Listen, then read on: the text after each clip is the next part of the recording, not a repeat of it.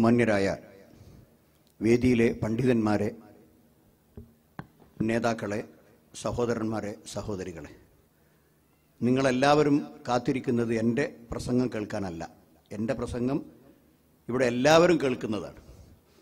എൻ്റെ ജുമയിൽ വരുന്ന ആളുകളാണ്. എല്ലാ ആഴ്ചയും എൻ്റെ ഹുത്തുബ കേൾക്കുന്ന ഒരുപാട് ആളുകൾ ഇവിടെ ഉണ്ട്. അതുകൊണ്ടൊരു സുദീർഘമായ പ്രസംഗം അധിക പ്രസംഗവും അനവസരത്തിലുള്ള പ്രസംഗവുമാണ് എന്ന് ഞാൻ മനസ്സിലാക്കുന്നു. പക്ഷേ എൻ്റെ വിഷയം മഹത്തായതാണ്. ഈ മാനവ സമൂഹത്തിൽ ഇസ്ലാമിക പ്രബോധനത്തിൻ്റെ ശരിയായ ദിശ വെട്ടിത്തെളിയിച്ച ഒരു പ്രസ്ഥാനത്തെക്കുറിച്ചാണ് എനിക്ക് സംസാരിക്കേണ്ടത്. അത് ഇസ്ലാഹി പ്രസ്ഥാനമാണ്. നാട്ടിലെ, കേരളത്തിലെ ജനസമൂഹത്തിനിടയിൽ അള്ളാഹുവിനെ മാത്രം ആരാധിക്കുക, പ്രവാചകന്റെ സുന്നത്തിനനുസരിച്ച് ജീവിക്കുക എന്ന മഹിതമായ സന്ദേശത്തെ ആർജവത്തോടുകൂടി സമൂഹത്തിൻ്റെ മുമ്പിൽ അവതരിപ്പിച്ചുകൊണ്ട് പ്രയാസങ്ങളെയും ബുദ്ധിമുട്ടുകളെയും സഹിച്ചുകൊണ്ട് ദഅവത്ത് നടത്തി ഒരു സമൂഹത്തെ ദിശാബോധം നൽകി മുന്നോട്ട് നയിച്ച ഒരു പ്രസ്ഥാനമാണ് ഇസ്ലാഹി പ്രസ്ഥാനം. അതിൻ്റെ സുദീർഘമായ ചരിത്രം വിശദീകരിക്കുവാൻ മണിക്കൂറുകൾ വേണം. 20-ാം നൂറ്റാണ്ടിൻ്റെ ആരംഭത്തിൽ സയ്യിദ് മായിൻ ഹമദാനി നിഷ്പക്ഷ സംഘം എന്ന പേരിൽ ആരംഭിച്ച കേരളത്തിലെ ഇസ്ലാഹി പ്രസ്ഥാനം 1922 മുതൽ 34 വരെയും പ്രവർത്തിച്ച ഐക്യസംഘത്തിലൂടെ അതിൻ്റെ ആശയങ്ങൾ സമൂഹത്തിൽ പ്രചരിപ്പിക്കപ്പെട്ടു. 1924 അതിനൊരു പണ്ഡിത സഭയുണ്ടായി. അതിൻ്റെ പേരാണ് ജമിയത്തുൽ ഉലമ. ഐക്യസംഘം എന്ന സംഘമുണ്ടായത് പ്രത്യേകിച്ച് കൊടുങ്ങല്ലൂർ ഭാഗത്തിലെ തറവാടുകളിലുണ്ടായ കലഹങ്ങളെ തീർക്കുവാൻ ചില നിഷ്പക്ഷമതികളും പ്രമാണിമാരും പണക്കാരും പണ്ഡിതന്മാരുമൊക്കെ അടങ്ങുന്ന ഒരു മസ്ലഹത്ത് കമ്മിറ്റിയാണ്. അതങ്ങനെ പുരോഗമിച്ചാണ് ഐക്യസംഘമായി ദീർഘകാലം മുസ്ലിം സമൂഹത്തിൽ പ്രവർത്തിച്ചത്. പക്ഷെ അതിനുശേഷം ജമിയത്തുൽ ഉലമ രൂപീകരിച്ചുകൊണ്ട് ഈ സമൂഹത്തിന് പണ്ഡിത നേതൃത്വം നൽകി ഖുർആനും സുന്നത്തും സമൂഹത്തിനിടയിൽ പ്രചരിപ്പിക്കുന്നതിൽ ബദ്ധശ്രദ്ധരായി ആ സമൂഹം പ്രവർത്തിച്ചു. അങ്ങനെ അത് പുരോഗമിക്കുമ്പോഴാണ് നമ്മുടെ പണ്ഡിതന്മാർക്കും നേതാക്കന്മാർക്കും ബോധ്യപ്പെട്ടത് ഇവിടെ ഒരുപാട് സാധാരണക്കാരുണ്ട്. ആ സാധാരണക്കാർക്ക് മതപ്രവർത്തനത്തിൽ പങ്കെടുക്കേണ്ടതുണ്ട്. അതിനുവേണ്ടി 1950 കേരള നദ്വത്തുൽ മുജാഹിദീൻ എന്ന ഒരു പ്രസ്ഥാനം രൂപീകരിക്കപ്പെട്ടു. അതിനുശേഷം 1950 രൂപീകരിക്കപ്പെട്ട നദ്വത്തുൽ മുജാഹിദീൻ അതിൽ ധനവാന്മാരും പണക്കാരും പാവങ്ങളും പണ്ഡിതന്മാരും എല്ലാവരും അടങ്ങുന്ന ഒരു സമൂഹമായി അത് പ്രവർത്തിച്ചു കൊണ്ടിരുന്നു. അതിനുശേഷമാണ് 1967 ഈ യുവജനങ്ങൾ, എല്ലാ സമൂഹത്തിലും യുവജനങ്ങൾ അതിൻ്റെ സത്തയാണ്. ആ സത്തയായ ഊർജമായ ഔത്സുക്യമായ ഒരു സമൂഹത്തിൻ്റെ ഭംഗിയായ യുവത്വത്തിന് ഒരു മാർഗദർശനം ലഭിക്കാൻ, അവർക്ക് ശരിയായ ഒരു പാത ലഭിക്കുന്നതിന് വേണ്ടി ഒരു യുവസംഘടന ഉണ്ടാകണം. അങ്ങനെ 1967 ഇത്തിഹാദ് ശുബാറുൽ മുജാഹിദീൻ എന്ന് പറയുന്ന ഒരു യുവജന സംഘം രൂപീകരിക്കപ്പെട്ടു. വിദ്യാർത്ഥികൾ, നമ്മുടെ കലാലയങ്ങളിൽ വിദ്യാർത്ഥികൾ എന്നും അവരെ സംബന്ധിച്ചിടത്തോളം ആളുകൾക്ക് പേടിയാണ്. അതായത് ഇടിവെട്ടിനെയും കടിക്കുന്ന പാമ്പിനെയും വിദ്യാർത്ഥികളെയുമാണ് നമ്മുടെ നാട്ടിൽ ഒരു കാലത്ത് ആളുകൾ പേടിച്ചുകൊണ്ടിരുന്നത്. ബസ്സുകൾക്ക് കല്ലെറിഞ്ഞും വഴികളിൽ പ്രതിരോധം സൃഷ്ടിച്ചും അധ്യാപകർക്ക് നേരെയും അനീതി പ്രവർത്തിച്ചും ഒരു കാലത്ത് വിപ്ലവമുണ്ടാക്കിയിരുന്ന വിദ്യാർത്ഥി സമൂഹത്തെ ശരിയായ ധർമ്മപാതയിലേക്ക് തിരിച്ചുവിടാൻ അവർക്കൊരു സംഘടന വേണമെന്ന് ബോധ്യപ്പെട്ടപ്പോൾ 1970 മുജാഹിദ് സ്റ്റുഡൻസ് മൂവ്മെന്റ് എന്ന് പറയുന്ന ഒരു വിദ്യാർത്ഥി സംഘടന രൂപീകരിക്കപ്പെട്ടു. അതിനുശേഷമാണ് നമ്മുടെ സഹോദരിമാർ ദഅവ രംഗത്ത് അവർക്ക് നേതൃത്വം കൊടുക്കാനും അവിടെ ദഅവ പ്രവർത്തനങ്ങൾ സ്വരൂപിക്കുവാനും വേണ്ടി 1982 MGM മുസ്ലിം ഗേൾസ് മൂവ്മെന്റ് എന്ന് പറയുന്ന ഒരു പ്രസ്ഥാനമുണ്ടായത്. അതിൻ്റെ ഉപഘടകങ്ങളായി ബിസ്മിയും അതുപോലെയുള്ള പല സംഘടനകളും ഉണ്ടായിട്ടുണ്ട്. അങ്ങനെ വളരെ ഭംഗിയായി കേരളക്കരയിൽ അള്ളാഹു മാത്രമാണ് ആരാധനക്കർഹൻ, പ്രവാചകൻ നമുക്ക് മാതൃകയാണ്, അദ്ദേഹത്തിൻ്റെ ജീവിതം നമ്മുടെ ജീവിതം നമുക്ക് മാതൃകയാണ്, അദ്ദേഹത്തിൻ്റെ സുന്നത്തുകളാണ് നമുക്ക് മരപ്രധാനം, കാലകളുടെയും ഹീലകളുടെയും അന്ധവിശ്വാസങ്ങളുടെയും ബിദ്അത്തിൻ്റെയും അടിസ്ഥാനത്തിൽ പ്രവർത്തിച്ചിരുന്ന ഒരു ഇരുളടഞ്ഞ സമൂഹത്തിലേക്ക് ഇറങ്ങിച്ചെന്നാണ് നാം ഈ ഇസ്ലാഹി പ്രസ്ഥാനം അവിടെ വെളിച്ചമുണ്ടാക്കിയത്. അന്നത്തെ സമൂഹത്തിൻ്റെ ഗതികളെക്കുറിച്ച് പറയാൻ ഈ സമയം അനുവദിക്കുന്നില്ല. ദുർഘടമായ ആ സാമൂഹിക അരക്ഷിതാവസ്ഥയിൽ അവർക്കിടയിൽ ഇറങ്ങിച്ചെന്നു. മാലപ്പാട്ടുകളാണ് അന്ന് മതവേദവാക്യങ്ങളായി അംഗീകരിക്കപ്പെട്ടിരുന്നത്. അങ്ങനെ മൊഹീദ്ദീൻ ഷേഖ് എന്ന് പറയുന്ന ആ മൊഹീദ്ദീൻ ഷേഖിനെ ആരാധിക്കുകയും മൊഹീദ്ദീൻ ഷേഖിനെയും മമ്പറത്വങ്ങളെയും അതുപോലെ തന്നെ വലിയ വലിയ സംഹാരികളും നാശങ്ങളും ഉണ്ടാകുമ്പോൾ വലിയ ഹംസത്തുൻ ഉത്ഫി ബിഹിം ഷർറൽ വബാഇൽ ഹാത്തിമ മുസ്തഫ വൽ മുർത്തല വബ്നാഹുമ വൽ ഫാത്തിമ, ഇങ്ങനെ വലിയ വലിയ രോഗങ്ങളും കഷ്ടപ്പാടുകളും മാറാവ്യാധികളും ഉണ്ടാകുമ്പോൾ കൊടിപിടിച്ച് റോഡുകളിലൂടെ അവർ മുദ്രാവാക്യം വിളിച്ച് നടന്നത് എനിക്ക് 5 ആളുകളുണ്ട്, ആ 5 ആളുകളെ കൊണ്ട് ഈ മഹാവ്യാധിയെ ഞാൻ പ്രതിരോധിക്കുന്നു. അതൊന്ന് മുസ്തഫ നബി സല്ലല്ലാഹു അലൈഹി വസല്ലം, മുർത്തല അദ്ദേഹത്തിന്റെ മരുമകൻ അലി ഇബ്നു അബി താലിബ്, വബ്നാഹുമ അലിയുടെ മക്കളായ ഹസൈനും ഹുസൈനും, വൽ ഫാത്തിമ നബി സല്ലല്ലാഹു അലൈഹി വസല്ലമിന്റെ മുത്തുമകളായ ഫാത്തിമയും. ഈ 5 ആളുകളാണ് ഈ നാട്ടിൽ പടർന്നു പിടിച്ച കോളറയുടെയും വസൂരിയുടെയും അതുപോലെയുള്ള മഹാവ്യാധികളെയും പ്രതിരോധിക്കുന്നത് എന്ന് പാട്ടുപാടി നടന്ന സമൂഹം. വിദ്യാഭ്യാസ രംഗത്ത് വളരെ പിന്നോക്കമായിരുന്നു മുസ്ലിം സമുദായം. മാത്രമല്ല ഇംഗ്ലീഷ് ഭാഷ പഠിക്കുന്നതും അതുപോലെ തന്നെയുള്ള പല നരകത്തിലേക്കുള്ള ഒരു നരകത്തിലെ ഭാഷയാണ് എന്നുമൊക്കെ നമ്മുടെ നാട്ടിൽ പ്രചരിപ്പിക്കപ്പെട്ടു. അതിന്റെ അടിസ്ഥാനത്തിൽ വിദ്യാഭ്യാസമില്ലാത്ത സമൂഹത്തിൽ സ്കൂളുകൾ സ്ഥാപിച്ചും പള്ളിക്കൂടങ്ങൾ സ്ഥാപിച്ചും മദ്രസകൾ സ്ഥാപിച്ചും സമൂഹത്തിൽ വലിയ മാറ്റങ്ങൾ ഉണ്ടാക്കി. മദ്രസ എന്ന് പറയുന്ന വാക്കിന്റെ ആദ്യത്തെ മീം ജഹന്നം എന്ന് പറയുന്ന വാക്കിന്റെ അവസാനത്തെ മീമാണ് എന്ന് അന്ന് മതപണ്ഡിതന്മാർ മദ്രസ പ്രസ്ഥാനത്തെ പരിഹസിച്ചുകൊണ്ട് പറഞ്ഞു. അത്ര അപകടകരമാണ് മദ്രസ. പക്ഷെ ചാലിലകത്ത് കുഞ്ഞഹമ്മദ് ഹാജിയുടെ നേതൃത്വത്തിൽ മദ്രസ പ്രസ്ഥാനം ശക്തിപ്പെട്ടു. ഇന്ന് അന്ധവിശ്വാസങ്ങൾക്കും അനാചാരങ്ങൾക്കും നേതൃത്വം കൊടുക്കുന്ന സംഘടനകൾ പോലും അവിടെ മദ്രസയുടെ ആധിക്യത്തെയും സർട്ടിഫിക്കറ്റിനെയും അവരുടെ മദ്രസകളുടെ എണ്ണത്തെയും കുറിച്ച് അഭിമാനം പറയുന്നു. യതീംഖാനകൾ സ്ഥാപിക്കുന്ന ഘട്ടത്തിൽ യതീം കുട്ടികളെ വഞ്ചിക്കുന്നവനാണ് അവൻ, യതീമുൻ ഖാനഹു, യതീമിനെ വഞ്ചിക്കുന്നവനാണ് യതീംഖാന ഉണ്ടാക്കുന്നവൻ എന്നാണ് പറഞ്ഞു നടന്നിരുന്നത്. അവസാനം തിരൂരങ്ങാടിയും JDT ഇസ്ലാമും യതീംഖാനകൾ ഉണ്ടാക്കി നിരാവലംബരായ അനാഥകളെ കൊണ്ടുവന്ന് സംരക്ഷിച്ച് അവരെ നല്ല പൗരന്മാരാക്കി വളർത്തിയെടുത്തപ്പോൾ യതീംഖാനകൾ പലരും അതിൻ്റെ മുഖത്ത് യതീംഖാനകൾ ഉണ്ടായി. അതുപോലെ പല വിധത്തിലുള്ള പരമ്പരാഗത യതീംഖാനകൾ സ്ഥാപിക്കപ്പെട്ടു. ഇന്ന് മുസ്ലിം സമുദായത്തിൻ്റെ കയ്യിൽ നിരവധി യതീംഖാനകളുണ്ട്. അങ്ങനെ എല്ലാ പരിഷ്കരണത്തിൻ്റെയും എല്ലാ മഹത്തായ സാമൂഹിക പരിഷ്കരണ പ്രവർത്തനങ്ങളുടെയും മുമ്പിൽ നിന്നത് യഥാർത്ഥത്തിൽ ഇസ്ലാഹി പ്രസ്ഥാനമാണ്. ആ ഇസ്ലാഹി പ്രസ്ഥാനത്തിൻ്റെ തുടർച്ച ഇന്നും വളരെ സജീവമായി കേരളത്തിലും വിദേശ നാടുകളിലും നിലനിന്നുകൊണ്ടിരിക്കുന്നു എന്നത് നമുക്ക് മനസ്സിലാക്കാൻ കഴിയുന്ന കാര്യമാണ്. വിശ്വാസപരമായ അന്ധത ബാധിച്ച ഒരു സമൂഹത്തെ ഏകദൈവ വിശ്വാസത്തിലേക്ക് ക്ഷണിക്കുക എന്ന ഒരു മഹത്തായ ദൗത്യമാണ് ഇസ്ലാഹി പ്രസ്ഥാനം ഏറ്റെടുത്തിട്ടുള്ളത്.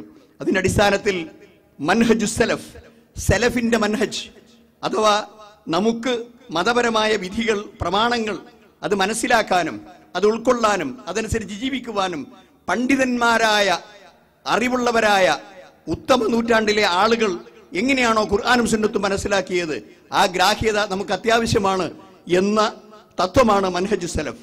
ആ മൻഹജു സലഫ് ഗൾഫിന്റെ ഒരു ഇറക്കുമതി എന്ന് പറഞ്ഞുകൊണ്ട് പരിഹസിക്കുന്നവരുണ്ട്. മൻഹജു സലഫ് മദ്ഹബ് 5ാം മദ്ഹബാണ് എന്ന് പറഞ്ഞ് ആക്ഷേപിക്കുന്ന ആളുകളുണ്ട്. പക്ഷെ അവർക്ക് വിവരമില്ലാത്തത് കൊണ്ടാണ്. അവരുടെ ഭൗതികമായ താല്പര്യങ്ങളും അവിടെ താൽക്കാലികമായ ചില തട്ടിക്കൂട്ടലുകൾക്കും മൻഹജു സലഫ് ഒരു ചോദ്യചിഹ്നമായി നിൽക്കുമ്പോൾ അതിനെ പരിഹസിക്കുകയാണ്. സഹോദരന്മാരെ, അത് പ്രവാചകന്മാരുടെ മാതൃകയാണ് മൻഹജു സലഫ്. പൂർവികന്മാരായ സഹാബത്തും നബിയും സഹാബത്തും എങ്ങനെയാണോ ഒരു ആയത്തിനെ മനസ്സിലാക്കിയത്, എങ്ങനെയാണോ ഒരു ഹദീസ് അനുസരിച്ച് അവർ ജീവിച്ചത്, അതിനിവിടെ പ്രമാണങ്ങളുണ്ട്.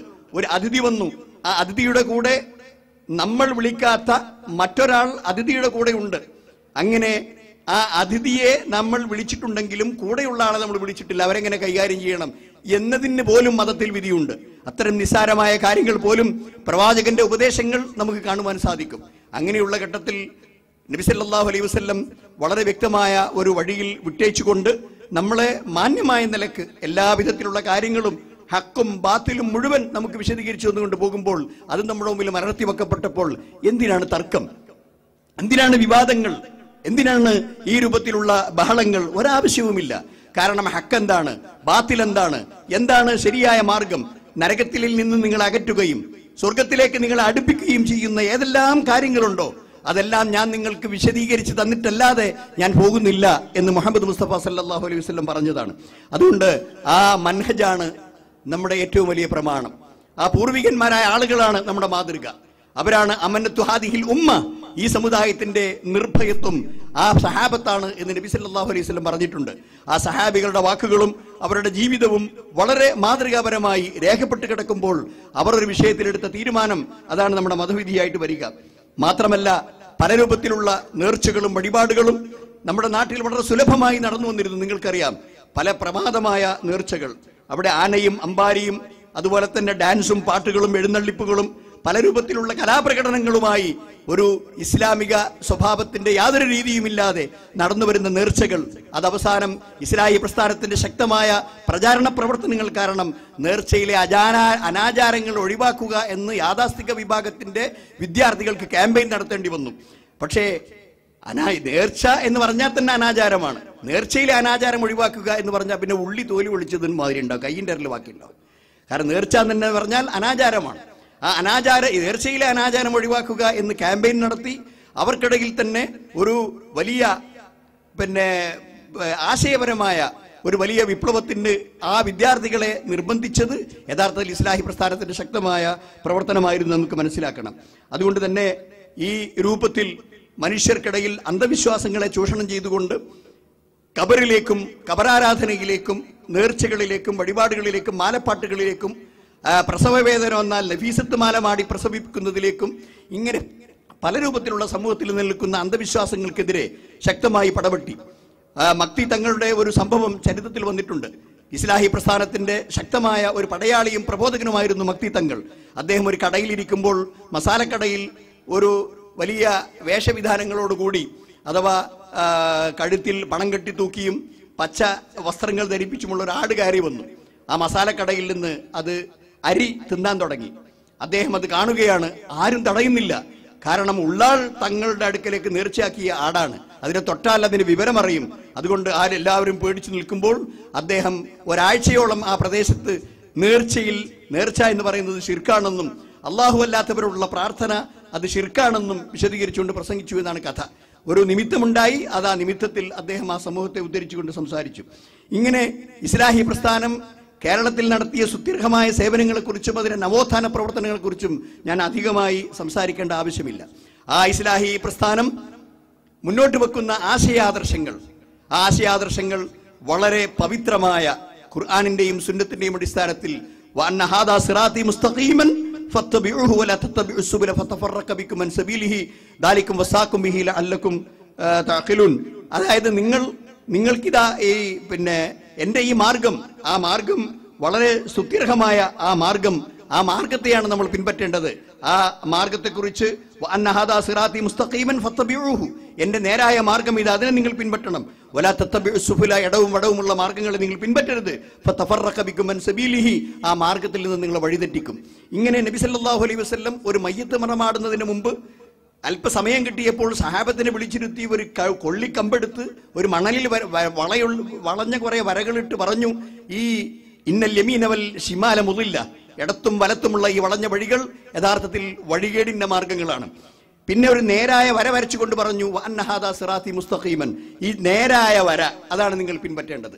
സഹോദരന്മാരെ, അതുകൊണ്ട് ഇസ്ലാഹി പ്രസ്ഥാനം അജയ്യമായ അതിന്റെ ആദർശ മുന്നേറ്റം നടത്തിയപ്പോൾ അതിൽ ചില സഹോദരന്മാർക്ക് പല രൂപത്തിലുള്ള ആശയക്കുഴപ്പങ്ങളും ഉണ്ടായി. അങ്ങനെയാണ് കാലം കഴിയുമ്പോൾ അത് പ്രവാചകന്മാരുടെ സമൂഹത്തിലും പല മതവിഭാഗങ്ങൾക്കിടയിലും സംഭവിക്കുന്നത് പോലെ പല ആശയച്യുതികളും അവർക്കിടയിൽ സംഭവിച്ചു. അങ്ങനെയാണ് പ്രവാചകൻ പഠിപ്പിച്ച, സഹാബത്ത് പഠിപ്പിച്ച, പണ്ഡിതന്മാർ പഠിപ്പിച്ച സലഫുസാലിഹ്യങ്ങളുടെ ആശയത്തിലും ആദർശങ്ങളിലും അംഗീകരിക്കാൻ പറ്റാത്ത ചില ചിന്താഗതികളുമായി ചിലർ കടന്നു വന്നപ്പോൾ ഇസ്ലാഹി പ്രസ്ഥാനത്തിൽ ചില ഭിന്നിപ്പുകൾ സംഭവിച്ചു. അങ്ങനെ ഒരു ഭിന്നിപ്പ് 2002 സംഭവിക്കുകയും 2002 മുതൽ ഇപ്പോൾ ഈ കഴിഞ്ഞ ഏതാനും ആഴ്ചകൾക്ക് മുമ്പ് വരെയും ആ ഭിന്നിപ്പ് തുടർന്നു. അതിൽ പ്രസക്തമായ ഭിന്നിപ്പുകളാണ്. കാരണം വിശുദ്ധ ഖുർആനിന്റെയും തിരുസുന്നത്തിന്റെയും അടിസ്ഥാനത്തിൽ നാം അംഗീകരിക്കേണ്ട, സമ്മതിക്കേണ്ട നബി സല്ലല്ലാഹു അലൈഹി വസല്ലം പഠിപ്പിച്ച പല കാര്യങ്ങളെയും നിഷേധിക്കുന്ന പ്രവണത നമ്മുടെ സമൂഹത്തിലുണ്ടായി. സിറാത്ത് പാലം എന്ന് പറയുന്ന നമ്മളെല്ലാവരും മദ്രസയിൽ നിന്ന് പഠിച്ച ആ നരകത്തിന്റെ മുകളിൽ സ്ഥാപിക്കപ്പെട്ട പാലം അതില്ലെന്നും, അതേപ്രകാരം നബി സല്ലല്ലാഹു അലൈഹി വസല്ലം ഇസ്രായിലും മിറാജിലും ശരീരം കൊണ്ട് കയറിയിട്ടില്ലെന്നും, അതേപ്രകാരം ചന്ദ്രൻ പിളരുക എന്ന് പറയുന്ന ഒരു സംഭവം, ഇഖ്തറബത്തി സാഅത്തു വൻഷക്കൽ ഖമർ, അങ്ങനെ ചന്ദ്രൻ പിളർന്നു, നബി സല്ലല്ലാഹു അലൈഹി വസല്ലമിന്റെ മുഅ്ജിസത്ത് ആയി ഖുർആൻ പറയുന്ന കാര്യം, ഇങ്ങനെ ഒട്ടനേകം പ്രമാണങ്ങളിൽ ഖുർആനിലും സുന്നത്തിലും വന്ന കാര്യങ്ങൾ ബുദ്ധിയുടെ താളത്തിനനുസരിച്ച്, തന്റെ ബുദ്ധി സമ്മതിക്കുന്നില്ല എന്നതിനനുസരിച്ച് ദുർവ്യാഖ്യാനിക്കുന്ന പ്രവണതയുണ്ടായി. അപ്പോഴൊക്കെ ഇസ്ലാഹി പ്രസ്ഥാനം, അതിന്റെ പണ്ഡിതന്മാർ സംഘടിതമായി ആ പ്രവണതയ്ക്കെതിരെ നിലകൊണ്ടു, പ്രമാണങ്ങളെ ആളുകളെ പഠിപ്പിച്ചു. അങ്ങനെ അവരുടെ ആ ബുദ്ധിപരമായി പ്രമാണങ്ങളെ വ്യാഖ്യാനിച്ചുകൊണ്ട് ലലാലത്തിലേക്ക് പോകുന്ന അവസ്ഥയിൽ ഒരു നിയന്ത്രണമുണ്ടായി. എല്ലാവരും നല്ല നിലയ്ക്ക് പഠിക്കുന്നതിനിടക്കാണ് ഒരു ജിന്ന് വന്നുപെട്ടത്. ഒരു ജിന്ന്, ആ ജിന്നിനെ വിളിക്കുന്നവരും ജിന്നിനോട് പ്രാർത്ഥിക്കുന്നവരുമാണ് അള്ളാഹുവിനെ മാത്രം പ്രാർത്ഥിക്കണമെന്നും അള്ളാഹുവിന് മാത്രമാണ് ആരാധന അർപ്പിക്കേണ്ടതെന്നും ഞങ്ങളെല്ലാം മുവഹിദാണെന്നും ഒരു സമൂഹം പ്രഖ്യാപിക്കുന്ന സമൂഹത്തിന്റെ പേരിലാണ് ഒരു ജിന്നാരാധന കെട്ടിവെച്ചത്. അതിന്റെ പിന്നിൽ ഭൗതികമായ ചില താല്പര്യങ്ങൾ ഉണ്ടായിരുന്നു. കാരണം ഇന്നത്തെ യുവജനത ചിന്തിക്കുന്നവരാണ്. ഇന്റർനെറ്റിന്റെയും പണ്ഡിത സഭകളിൽ പങ്കെടുത്തും മഹാദറകൾ പ്രസംഗങ്ങൾ കേട്ടും മതപ്രസംഗങ്ങൾ കേട്ടും മതം പഠിച്ചിട്ടുള്ള യുവജനങ്ങളുടെ മുമ്പിൽ പൊട്ടീസൊന്നും നടക്കുകയില്ല. കാരണം അവർ ഹക്ക് എന്താണെന്ന് മനസ്സിലാക്കിയിട്ടുണ്ട്, ബാത്തിൽ എന്താണെന്ന് മനസ്സിലാക്കിയിട്ടുണ്ട്, ശരിയായ ദീനിന്റെ സന്ദേശം അവർ ഉൾക്കൊണ്ടിട്ടുണ്ട്. അതുകൊണ്ട് അങ്ങനെ ശക്തി പ്രാപിച്ചു വരുന്ന ആ യുവസമൂഹത്തിന്റെ ശക്തമായ മുന്നേറ്റത്തെ ചില ആളുകൾ ഭയപ്പെട്ടു. ഇങ്ങനെയൊക്കെ ഇവർ മുന്നേറിയാൽ എന്താണ് ഇവിടെ സംഭവിക്കാൻ പോകുക എന്ന ഒരവസ്ഥ വന്നപ്പോൾ അവരെ നിയന്ത്രിക്കാൻ ആ യുവജന സമൂഹത്തിന്റെ പടയോട്ടത്തെ മുഴുവൻ ജിന്നിന്റെ പടയോട്ടമാക്കി അവർ മാറ്റി. അവരൊക്കെ ജിന്നാരാധകരായി മുദ്രകുത്തി. സഹോദരന്മാരെ, അള്ളാഹു പൊറുക്കാത്ത ഏതെങ്കിലും ഒരു സമൂഹത്തിന് അംഗീകരിക്കാൻ പറ്റാത്ത ഒരു ഗുരുതരമായ ആരോപണമാണ് മുവാഹിദുകളെ കുറിച്ച് അവർ ജിന്നിനെ ആരാധിക്കുന്നു എന്ന് പറഞ്ഞത്.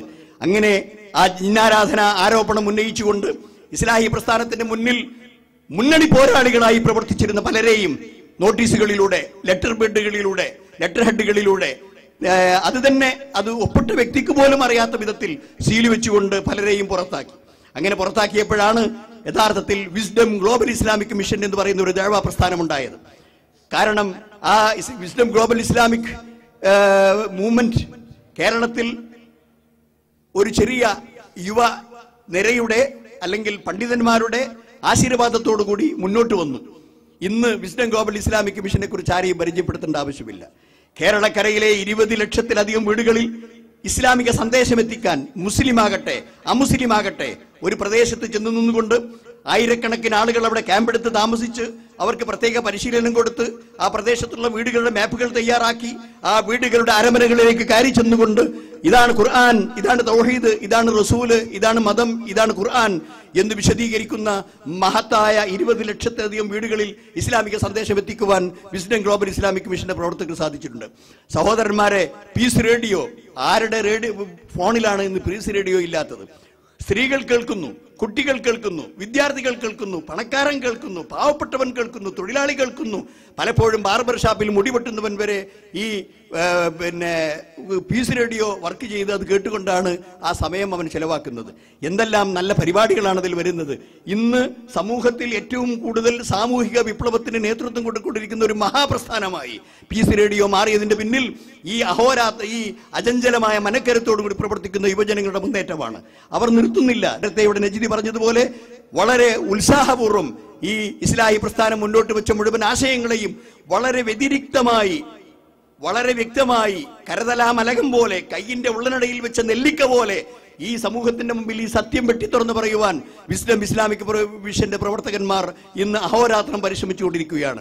അത് സംഘടിപ്പിച്ച സമ്മേളനങ്ങൾ, ഖുർആൻ സമ്മേളനങ്ങൾ, ഇനി നടക്കാൻ പോകുന്ന പ്രോഫ്കോൺ, ഇതുവരെ അവർ നടത്തിയ പ്രോഫ്കോൺ, ഇതിലേക്കുള്ള ജനസാന്നിധ്യം, ധാരാളക്കണക്കിന് ആളുകൾ അതിന്റെ കീഴിൽ പ്രവർത്തിക്കുന്ന നിച്ച് ഓഫ് ട്രൂത്തിലൂടെ ഇസ്ലാം മതം സ്വീകരിക്കുകയുണ്ടായി. ഇങ്ങനെ ഓരോ കാര്യങ്ങളിലും അതിങ്ങനെ മുന്നേറിക്കൊണ്ടിരിക്കുകയാണ്.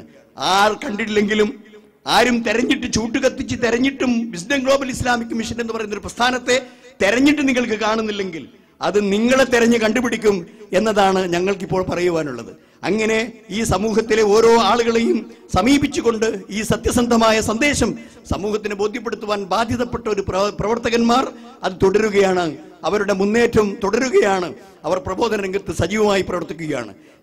ഗൾഫ് രാജ്യങ്ങളിൽ പ്രവർത്തിക്കുന്ന ഇസ്ലാഹി സെന്ററുകൾ, 2 വാക്കുകൂടി കുവൈത്ത് കേരള ഇസ്ലാഹി സെന്ററിനെ കുറിച്ച് പറഞ്ഞുകൊണ്ട് ഞാൻ അവസാനിപ്പിക്കുകയാണ്. സഹോദരന്മാർ, 1986 ഈ പ്രസ്ഥാനം കുവൈത്ത് കേരള ഇസ്ലാഹി സെന്റർ രൂപീകൃതമായത്. വളരെ ചുരുങ്ങിയ ഒരു സംഘം ആളുകൾ രൂപീകരിച്ച വളരെ ന്യൂനപക്ഷമായിരുന്ന ഈ വിഭാഗം ഇന്ന് എന്താണ് ഇസ്ലാഹി സെന്റർ എന്ന് എൻ്റെ ഈ മലയാളി സഹോദരന്മാർക്ക് പറഞ്ഞു കൊടുക്കേണ്ടതില്ല. ഞങ്ങളുടെ ലക്ഷ്യം ദഅവത്താണ്. അള്ളാഹുവിന്റെ ഈ ദീൻ ജനങ്ങൾക്ക് കഴിയുന്നത്ര എത്തിക്കുക എന്നതാണ്. ഞങ്ങളൊരു ജിന്നിനെയും ആരാധിക്കുന്നവരല്ല, ഞങ്ങളൊരു ജിന്നിനെയും ആരാധിക്കണമെന്ന് പറയുന്നവരുമല്ല. പക്ഷേ അള്ളാഹു എന്താണ് ജിന്നിനെ കുറിച്ച് പഠിപ്പിച്ചത്? ജിന്നും മലക്കും അഭൗതിക ശക്തിയാണ് എന്ന് പ്രചരിപ്പിക്കുകയും അങ്ങനെ അഭൗതിക ശക്തിയായ ജിന്ന് ഒരു പിശാചിന്റെ സ്വാധീനത്തോടു കൂടി ഒരു സാഹിർ മാരണം ചെയ്താൽ ആ മാരണം സത്യസന്ധമല്ലെന്നും അങ്ങനെ മാരണം ഫലിക്കുമെന്ന് വിശ്വസിച്ചാൽ മുശ്രിക്കാകുമെന്നും പ്രചരിപ്പിക്കുന്ന ആളുകളും അല്ല ജിന്ന് അഭൗതികമല്ല, മലക്ക് അഭൗതികമല്ല.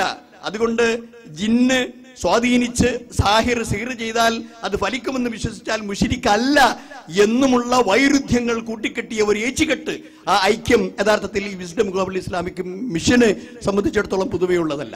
ഈ രണ്ട് വിരുദ്ധമായ ധ്രുവങ്ങളിൽ ആശയപരമായി വേറിട്ടുപോയ വിഭാഗമാണ് താൽക്കാലികമായ താല്പര്യങ്ങളുടെ പേരിൽ ഒരു ചെറിയ കെട്ടിക്കൂട്ടി ഐക്യമുണ്ടാക്കിയത്. അന്ന് മുതൽ ഇന്നേ വരെ അന്തഛിദ്രതകൾ നടക്കുകയാണ്. ഒരു സെക്രട്ടറിയായി തെരഞ്ഞെടുക്കപ്പെട്ട ബഹുമാന്യ വ്യക്തി ആ അന്തഛിദ്രതയുടെ പേരിൽ ആ സെക്രട്ടറി സ്ഥാനം രാജിവെക്കരുതെന്ന് പറഞ്ഞാൽ നിർബന്ധിച്ചു.